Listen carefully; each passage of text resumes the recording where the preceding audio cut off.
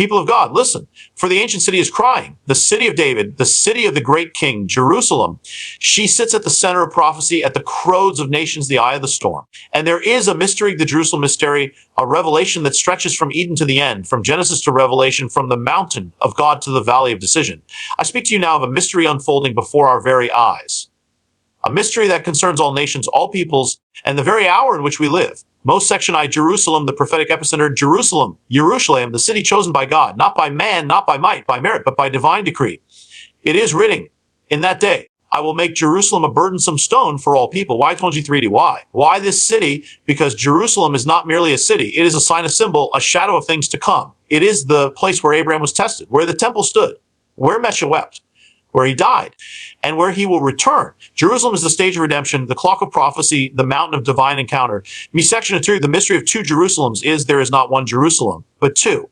The Jerusalem below of stone and struggle divided by politics and prophecy, and the Jerusalem above, the eternally, the city of the Lamb, prepared as a bride adorned for her husband. Paul writes, the Jerusalem above is free, and she is our mother. Galatians 4:26. So the earthly city mirrors the heavenly.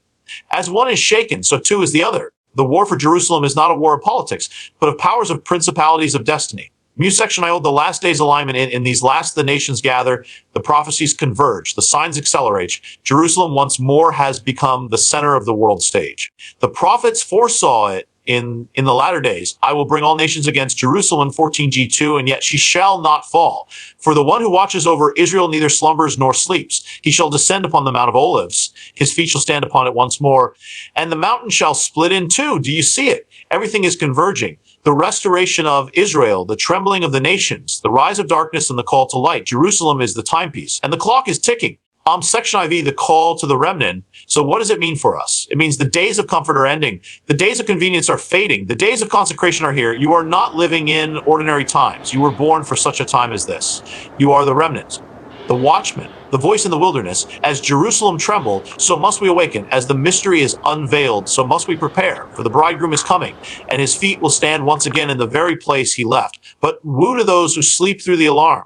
Woe to those who compromise in the age of deception. Now, me section, the coming king and final redemption. One day soon the eastern skies will split, and who left Jerusalem on a cloud shall return with fire. He will come not as the lamb, but as the lion. Not to be judged, but to judge, not to weep, but to reign, and he shall reign from Jerusalem, from the throne of David.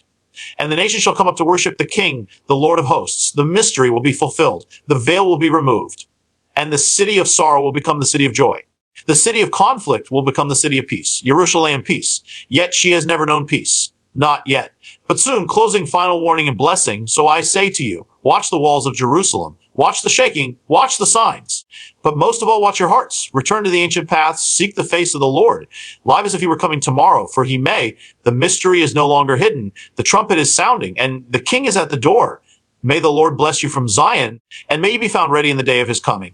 Amen. Jerusalem, the epicenter of prophecy. It begins not in New York, not in London, not in Rome. It begins in a city small in size, yet infinite in consequence. Jerusalem. The world speaks of global centers, of economic capitals and military strongholds, of empires rising and falling. But the true center of the world is not where men say it is, where God has chosen. Jerusalem, Yerushalayim. The city that appears in no nation's origin story, but Israel's. The city that sits not on rivers or harbors, yet holds more weight than any port. She is not great because of geography, but because of divine geography. This is the city where kings bowed and prophets wept, where the Ark of the Covenant once rested, and where the fire of God once fell. The city where Mesha was crucified, and where he shall return, a city that heaven declared holy and hell declared war upon. Jerusalem is the epicenter, the axis of prophecy, the magnetic pole of divine appointment. Every prophecy flows through her gates. Every sacred mystery passes through her courts. Every shaking of the world echoes first in her walls. Why does the world rage against her? Why do nations conspire, leaders threaten, and kings tremble at one ancient hill of stone? Because Jerusalem is more than a city. It is a vessel of eternity. The Lord have set my name in Jerusalem forever. Not Cairo, not Paris, not Washington, only Jerusalem. And when God places his name on something, it becomes eternal, holy, untouchable, but not unshaken. For that which is eternal is always tested. That which is divine is always opposed. That is why the nations cannot let her go. Why the world cannot look away. Why the battle for Jerusalem has never ceased. And yet, she has never belonged to them. Not to the Babylonians, nor the Romans, nor the Ottomans, nor the empires of men. She is not there. She is his. It was in Jerusalem that Abraham lifted knife over Isaac. It was in Jerusalem that David bought the threshing floor and built an altar. It was in Jerusalem that Solomon raised the temple and the Shekinah glory descended, and it was in Jerusalem that the blood of the Lamb was poured out for the sins of the world. Do you see it? Every act of redemption, every covenant of God, every revelation of glory, it all centers on this one place.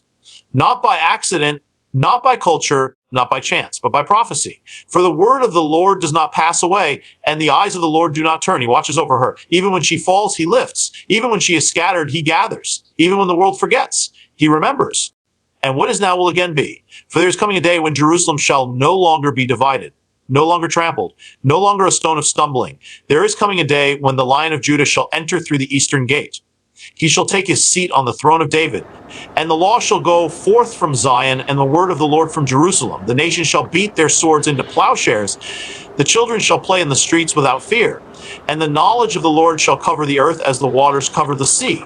It will not come through the UN, not through politics or treaties, but through the returning king. And so the shaking begins. The world trembles. The time draws near. Jerusalem is speaking. Are you listening? For if Jerusalem is the timepiece of prophecy, then we are seconds from midnight. And to all who have ears to hear, the Spirit says, awaken. Look not to Wall Street or Silicon Valley. Look to the city of the great king. For the past, the present, and the future converge on that ancient hill. The stage is set. The scroll is unsealed, and the footsteps of the Messiah are near. Jerusalem is calling, and prophecy is unfolding. I mean, the mystery of two Jerusalems, there are two Jerusalems, not one, but two. One you can touch with your hands, the other only with your spirit.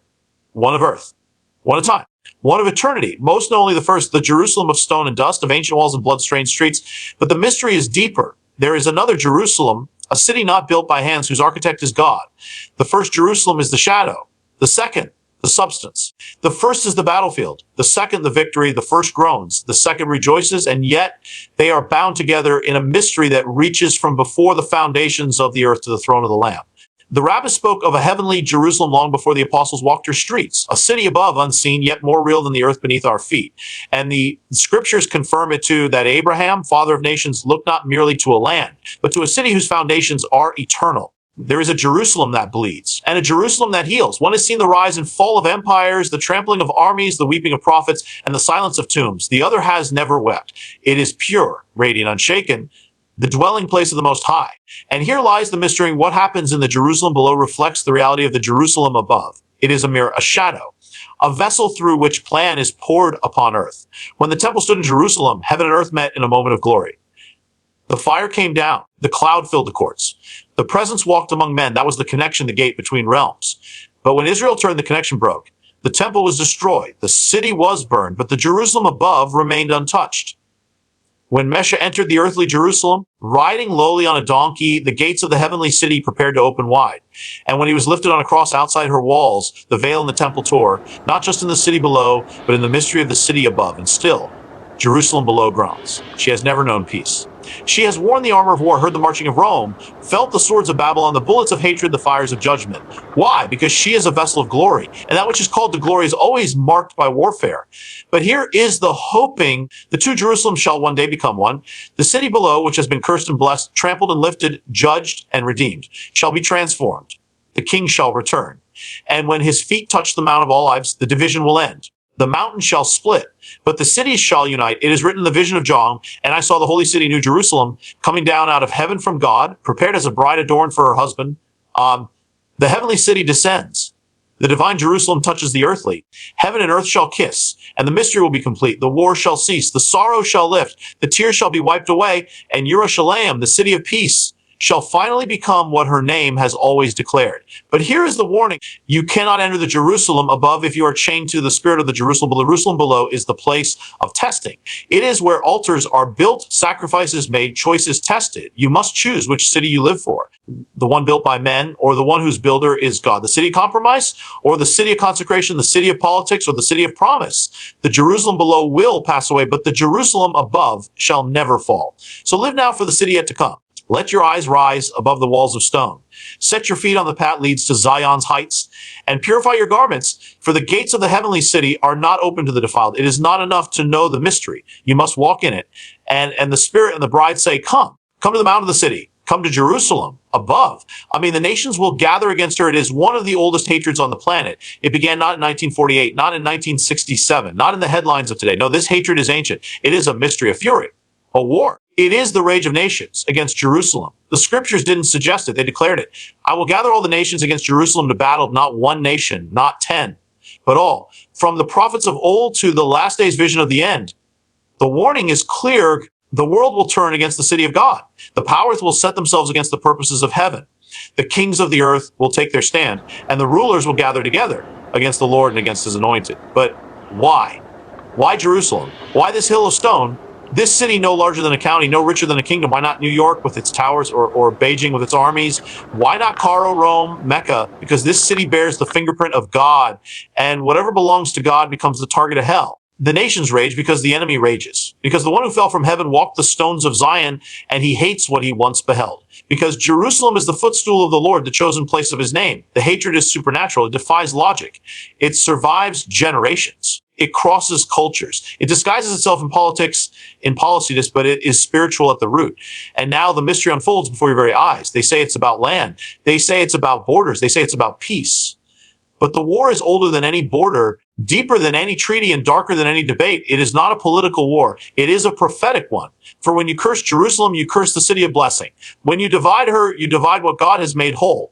When you rage against her, you rage against the one who watches over her. And he does not sleep. The prophets saw it. Zechariah beheld the future and wrote, I will make Jerusalem a cup of trembling to all surrounding peoples, and a burdensome stone for all nations. The scattered are returning. The desert is blooming. The bones are rattling. The fig tree has blossomed. Jerusalem is returned to the hands of her people, and the veil is thinning. But the final word is not yet spoken. The final battle is yet to be waged, for the enemy knows what is coming, and he fears it, because the day is drawing near. The king is preparing to come. The one who was pierced will return to the very city that pierced him, and the gates of Jerusalem will lift up their heads. Lift up your heads, O gates, and be lifted up, you ancient doors, that the King of glory may come in. And in that day, the false peace will collapse. The armies of the earth will surround her. The nations will rise in fury. But then he will come. The skies will split. The earth will shake. And his feet will stand on the Mount of Olives. Jerusalem will see her Redeemer face to face. The veil will be lifted. The mourning will turn to dancing, the ashes to beauty, the exile to embrace. And the city of peace will finally know what her name has always declared. The swords will be beaten into plowshares. The lion will lie down with the lamb. The children will play in her streets without fear. The tears of the prophets will be wiped away by the hand of the one they foresaw, and the glory of the Lord shall cover her, as the waters cover the sea. She who was forsaken will be called sought after. She who was desolate will be called married. And the nations will go up to Jerusalem, not to destroy, but to worship. For out of Zion shall go forth the Torah, and the word of the Lord from Jerusalem. And he shall reign, not for a term, but forever. Not from Washington, not from Rome, not from Babylon, but from Jerusalem. So lift up your eyes, pray for the peace of Jerusalem, because her peace is your redemption. Her king is your king. And when she is restored, so is the world. The story does not end in sorrow, it ends in glory. The mystery ends not in death, but in resurrection. Not in exile, but in return. Not in battle, but in shalom. Jerusalem will know peace, because the Prince of Peace is coming. Amen.